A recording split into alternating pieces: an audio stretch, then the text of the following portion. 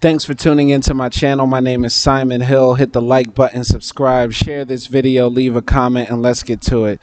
So I normally don't talk about other YouTubers, and I usually don't talk about like celebrity gossip stuff on my channel, but this is my channel where I get to talk about whatever I want, and I would like to do a definitive video talking about my feelings about Kevin Samuels, his legacy, his content, his impact on the community, on the space of black discussion, and the relationships, the interpersonal relationships we have with each other.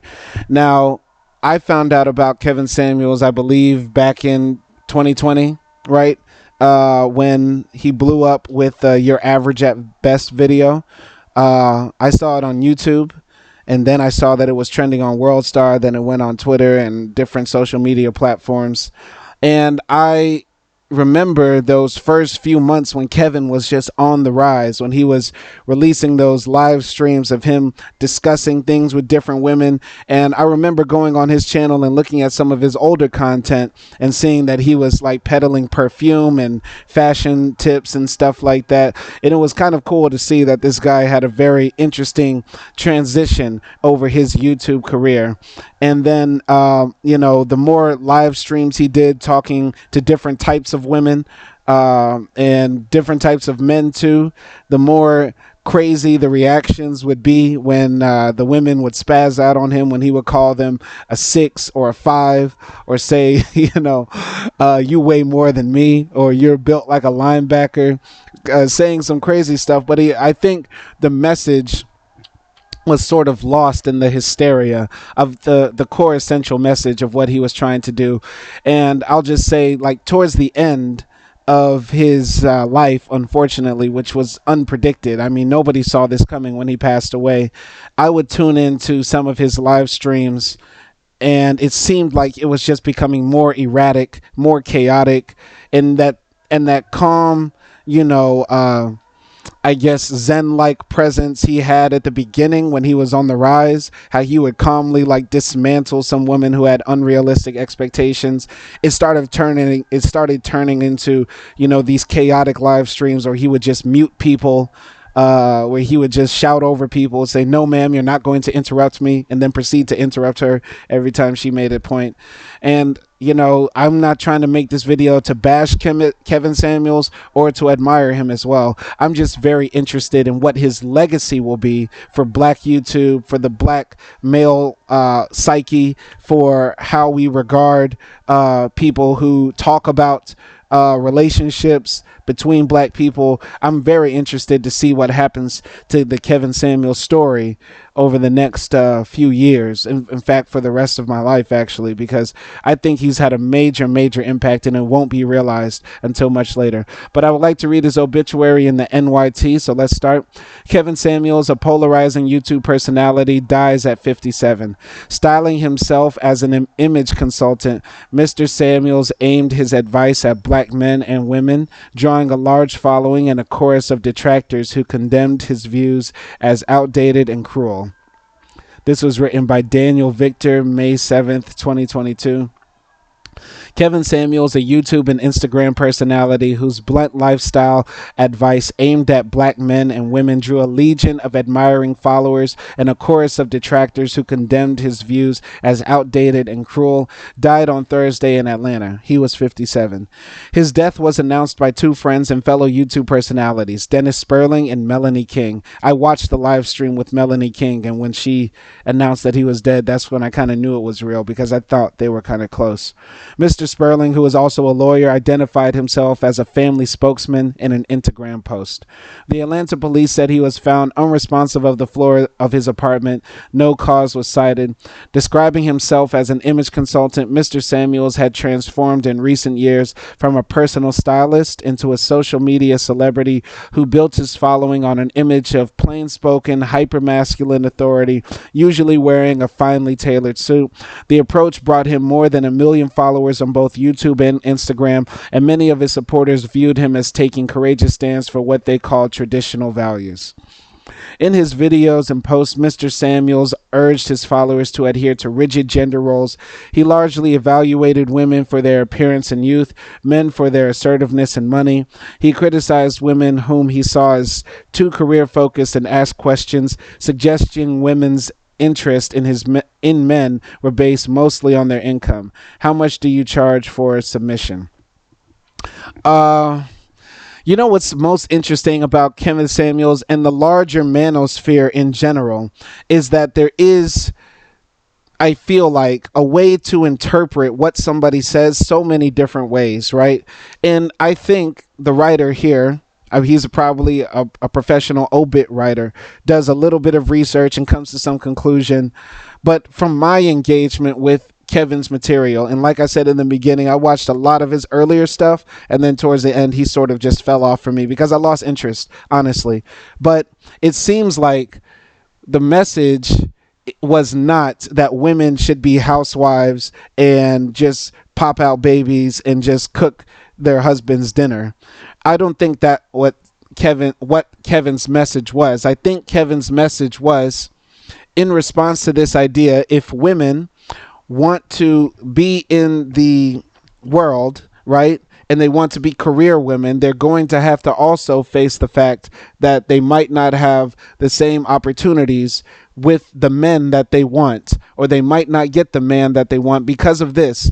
What men look for in a woman is not what women look for in a man. A man, by and large, and this is the message I got from Kevin, because I somewhat agree with this, a man by and large does not care how much money a woman makes. I don't look at a woman and say I want to approach her because she looks like she has a lot of money. There are some men that do that, and I'm not saying that people don't marry up or date for higher social status across genders, but by and large, when men are evaluating the women that we want to be with, it's not about who is the richest, who has the most money. And I'm not talking about like coming from a rich family. I'm just talking about she's a lawyer, she's a doctor, she makes 6 figures, 7 figures a year. Men don't worry about that. More, and I'm not saying all women, because this is the problem, that how we get into these like men versus women discussions. I am going to make this statement and somebody's going to say not all women do that. I am not saying all women do that, but most women by and large do have to consider, or do consider, how much money the man makes. And because of that, we are looking at two different things. As a man, I'm evaluating a woman first, yes, by and large, by her appearance. Am I physically attracted to her? Because physical appearance is important for men. And then secondly, I'm also evaluating, like, you know, does she have good character? Can I trust her? Trust is very important for men. We want to trust that the woman that we're sleeping with or laying with is only ours, right? In the same way women want that too. We want to feel that same way. And, you know, we're evaluating, does she have good character? Is she educated? Is she, somewhat classy? Can I respect her? That sort of thing, right? And I'm talking about healthy relationships. I'm not talking about these toxic Ike and Tina relationships. We're talking about normal, heteronormative, normal people, consenting adult relationships. Nothing outside of that. Women, on the other hand, are looking at men or their potential mates much differently. Women are looking at certain factors. And I don't think Kevin's message was that women, if you want to get X type of guy, a 6-figure man who makes a lot of money, respects you, won't cheat, and got a big dick, that type of man is going to is looking at different qualities. He doesn't care that you have a PhD. He doesn't care that you drive a Mercedes Benz. Kevin was not saying that. That's the message that I got, and I don't get how people lost that. I never once heard Kevin say women should not be educated. Women should not have jobs. He just said, if you do this, there are certain costs and benefits that come from that. That's what I got from Kevin, and I don't get why that made people so mad. Why? Because he called fat women fat? Because that, okay, all right, maybe if you're one of those people that's about body positivity, maybe you could be upset that he said that. But obesity is a big problem in our community. There are many, many overweight African Americans. This is a major problem in our community, and he called it out. Now, it is unfortunate he died of heart disease, but heart disease is a major killer of all types of men. Listen, I'm ranting here. The point I'm just trying to make on this aside is just, I don't think Kevin's message was just men be men and women be women. I think his message was there's opportunity cost for all of our decisions. I shall continue. Hasilu. The messages were repugnant to many, especially women, who said his views were misogynistic and promoted a brand of masculinity that harmed the men who listened to him. More than 30,000 people signed an online petition asking YouTube and Instagram to remove Mr. Samuels, saying he had galvanized the community of men of all races and nationalities in their outspoken hatred of women. I never once heard Kevin say he hated women. I never once heard him condone that sort of rhetoric on his channel. I don't think most people that watched him hated women. They were watching him because, number one, it's entertainment. It's all entertainment at the end of the day. This is why people get so caught up in this crap, and why I don't usually talk about celebrity stuff on my channel is because this is all entertainment. Please relax. And secondly, I think the men that watched Kevin wanted to get advice and tips on how to deal with certain types of women. And Kevin brought this idea of high value men, right? And I think it's somewhat debatable that the majority of his men were high figured, big ballin', big dick niggas. You know what I mean? The majority of them probably definitely were not. But, Kevin was letting it be known to the women that wanted these type of men what they expected, and also letting it be known to men what qualities they needed to be the type of man that will attract the women they want. That was, I think, Kevin's main idea. And I don't think his videos should be removed on YouTube. They should be left there as relics of the past, things to be mulled over and discussed, because he brought some very, very interesting ideas. I think there is some type of moral philosophy to Kevin's worldview that deserves examination. Do I agree with it by and large? No, I do not, actually. No, I do not. By and large, his worldview, I do disagree with at some points. For example, Kevin often made this point that I heard. He said that women exist in the world because of the attributes of men. Basically, men created the world that women exist in, therefore they are dependent on us, and that shows the somewhat superiority of men. This is paraphrasing one of Kevin's argument that I heard him make many times. But I would also argue that is sort of like a talking point white supremacists could use against, black people. By and large, Europeans created many of the inventions and systems that now dominate the world, which is one of the bedrocks of white supremacy. And a white supremacist would argue blacks and all other non-whites essentially are living in the world created by white people. So when Kevin makes this argument, I always wanted to hear him respond to that, because he would make this argument all the time to women. Like, you guys live in the world. If you get smacked by a man right now, if your husband smacks you, who are you going to call? You're going to call the police. They're going to send a bigger man to come beat up your man, right? That was Kevin's argument as to why the world was created by men and built by men to protect women in it. And he often said women are the most freest they've ever been in human history, and they're still unhappy. And they're the freest they've ever been because of the grace and mercy of men, right?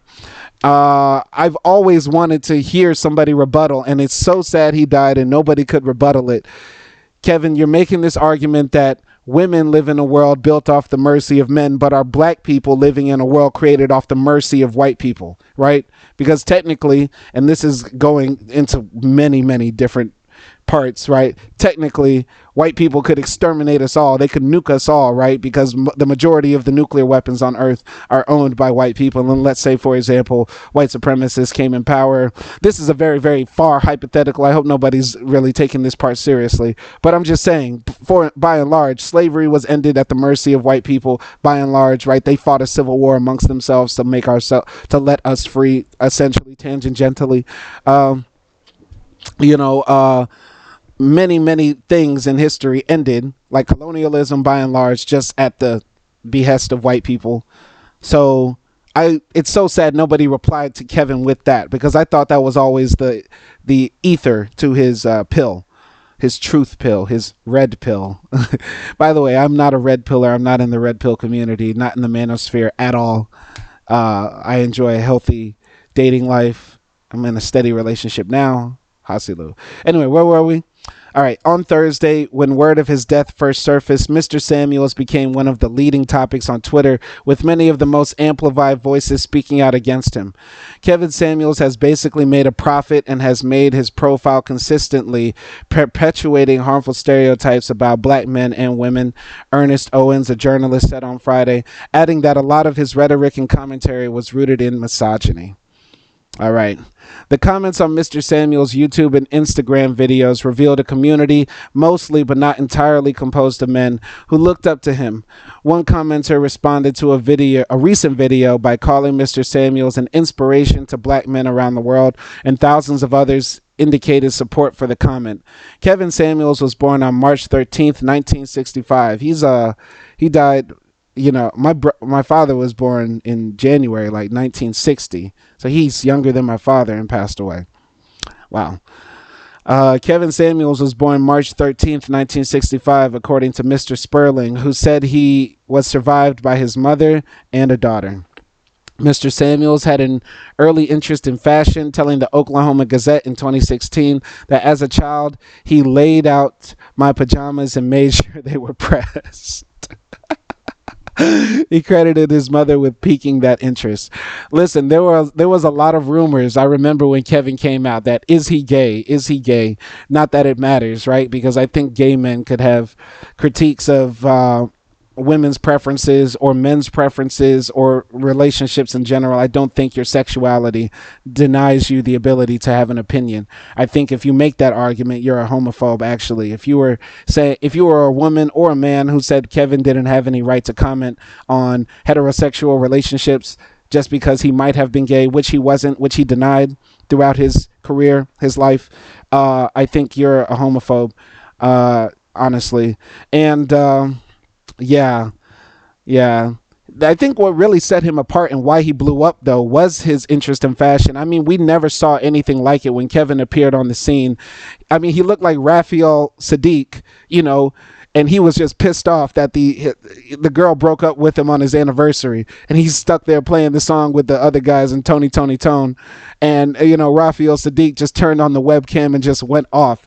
I mean, the way he came in with the suits and the bespokes, you know what I mean? He was drippy. He was wet, you know what I mean? Like, Kevin came in with a whole different swag than we saw for any other black YouTuber.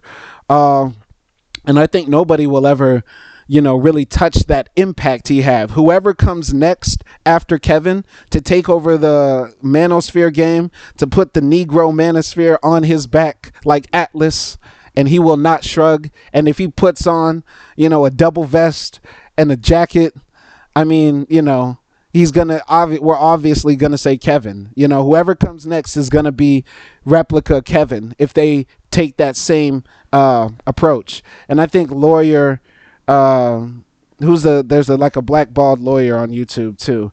I think he's gonna try to take Kevin's spot, honestly. All right, but anyway, he attended the University of Oklahoma, where he studied chemical engineering, according to his LinkedIn page. He had a career in marketing before leaving the industry in 2013 and pivoting to his own image consulting firm. An early business went by the name Made Men Image Consulting. In the early years, there was little of the sharp-tongued content that would later launch him to stardom, as he focused initially on personal fashion and self-improvement for professionals. People can expect to receive high-level fashion and style ideas distilled down to the practical level that the average everyday man and woman needs, finds useful, and can immediately act upon, Mr. Samuels told Uncovering Oklahoma in 2016. But he later discovered a formula that would help his following skyrocket based on harsh assessments of modern women and the dynamics of dating and relationships. Many of his videos seeking to explain why people were not in relationships centered on the inherent value of men and women based on a set of traditional criteria. I've already covered this. I don't think it was traditional criteria. I think it was more a response to feminism, second and third wave feminism, Women nowadays have real autonomy over their bodies, when they can have birth, when they should get married. All the taboos associated with getting married at a later age have been somewhat eliminated in American society, if not the Western world as a whole. And women and men, especially black men and women, where there are many stresses upon our relationships because of the factors of white supremacy, poverty, many factors. I mean, there's just deep layers to go there. Because of all of that, I think what he was saying was that if women want the type of men that they desire, they have to meet certain criteria, because the men, by and large, and I think this goes across social class, men by and large are not looking at wealth, power, and prestige when they're looking for a woman, right? They're looking for good mothers, good spouses, good people, somebody who can be their friend and encourage them, you know. And if you don't want to be that type of woman, that's fine. You can also settle for a different type of man, but it will not be the man that you ultimately want. He also told some women, and this is what I think got him into a lot of trouble. He was telling a lot of lower income women, who did not meet certain body standards. And of course, in the African American community, we have a large rate of single motherhood and teenage pregnancy. I remember going to high school with girls getting pregnant at 14, walking through the hallways with bellies. You know what I mean? I saw this growing up. So my generation and the generation before, and unfortunately the generation after mine, we have a lot of single mothers in our generation, and certain men are not going to want to deal with that. They're also not going to want to deal with a woman who's had kids with multiple men. They're not going to want to deal with a woman who is overweight. They're not going to want to deal with a woman who has bad temperament, or with a criminal history, or with tattoos all over their body. There are men that want that type of women. There are some men that can only qualify to get that sort of woman. I would love to fuck Jennifer Lopez. I would love to knock down Halle Berry. I would love to knock down, a lot of celebrity women. But me, Simon Hill, standing at 5'7", roughly 200 pounds, making, around $2,000 a month as an ESL teacher, living in different developing nations around the world, I barely qualify to sleep with the woman that I'm with now. I barely qualify to be with my girl now. So how do I have the qualifications to knock down Beyonce? And a lot of these women, some women, he was telling them the honest truth, that they were looking to get an NBA player. They're looking to score a rapper. They're looking to score a dude with a BMW or a Mercedes. And they got 3 kids, work at McDonald's, tattoos all over their body, and they're mad overweight. And they have no class when they speak. He was talking to those people. Of course, when you have somebody like Kevin, who's somewhat educated, somewhat sophisticated, talking to somebody like this, the conversation, the energy in the conversation is not going to match. It's going to be chaotic, ratchet. It's going viral. It was like there was no way Kevin's content was not meant to go viral because of how salacious it was. You get what I'm saying? But the core message that he said was not sexist or misogynistic. Period. There's no way you can come out of that and think this guy is telling men to hate women, or he's telling men to disrespect women. I never once, and maybe I'm wrong because, like I said, I was very little into his content. I never once heard Kevin call a woman a bitch, or say that these black women are bitches. And you can find that sort of content on YouTube. You can find black men, Tommy Sotomayor, let's call out names. You can find black men who have been on YouTube for years calling black women horrible things. And we have black YouTubers like Cynthia G saying that black women need to abort black babies. Come on, man. Come on. And you're going to demonize Kevin Samuels? You're going to demonize Kevin Samuels? Come on, man. Come on. This is ridiculous. Got me turning into Joe Biden in here. Come on, man. It's malarkey. All right. In 2020, in one of his first viral hits, a video that assessed a woman as average at best received millions of views. He referred to women over 35 as leftovers, echoing a line he claimed was used by the Chinese Communist Party. Yo, what I loved about Kevin, he was well read, he was well read, and I thought low key he was an FBI, like agent or like a CIA plant or something, because he knew too much like history. I remember once he was talking to some white woman breaking down like the history of the Anglo-Saxons, and like, Kevin was read. Man, the Chinese Communist Party referred to unmarried women as leftovers. Oh God. Oh God. All right. If you have made it to 35 and you are unmarried, you are a leftover woman, he said. You are what is left. Men know that there is something likely wrong with you. Whether you want to hear it or not, I'm going to go there with you. I'm telling you the truth that you don't want to hear. On social media, Mr. Samuels outlined a view of relationships that put men in a dominant position and said women should accept infidelity by men but not be unfaithful themselves.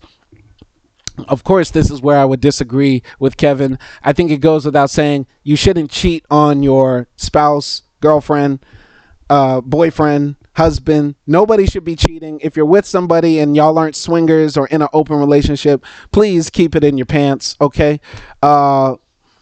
And yeah, I think, of course, the hard truth is because of biology, women have a shorter amount of time when they can give birth. Men, by and large, our semen will still work even into our older ages, so we can have kids much later. And yes, I will say, as harsh as it might sound, some men are only looking for women who are younger, who they know they can have children with, and that their children will have a good chance of survival, that they will be healthy. This is what Kevin was just trying to say.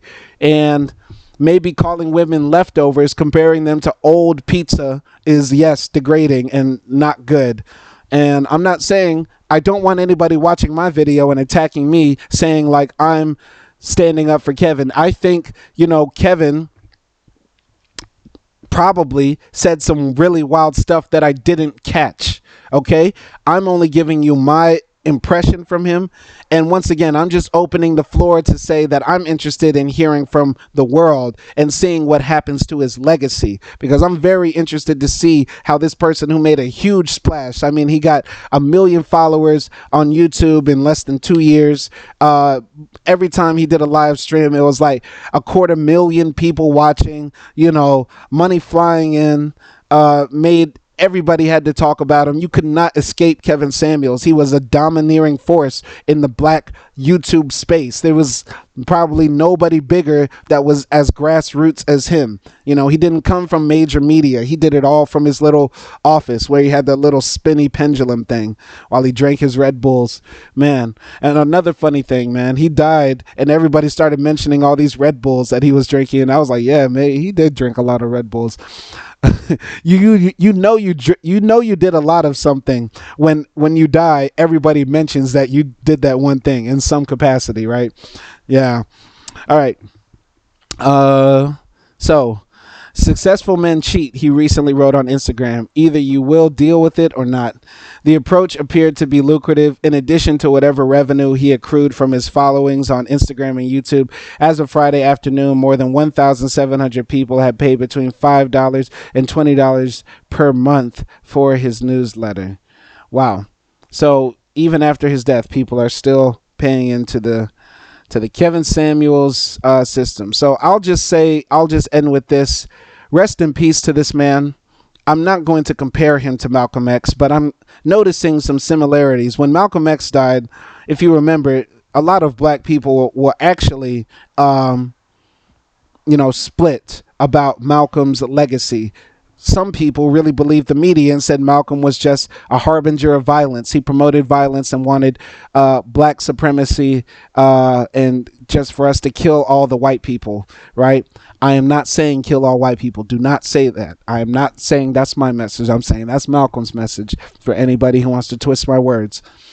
What I'm saying here is I think Kevin is going to go down the same path generally. I think his legacy as a black man with the message of hope that our people could have steady relationships, be married with some sort of understanding, because there's too much misunderstanding between black men and black women. All right. And he did it all with an image that was unseen at the time. And I hope that we cannot celebrate the death of any black man ever. Our lives are too precious. Our lives are too precious. Our lives are too short. We're under too much threat from the others for us to be celebrating the death of our brothers. I'll end with that. Thank you for watching. My name is Simon Hill. Hit the like button, subscribe, share this video. Peace in the truest sense.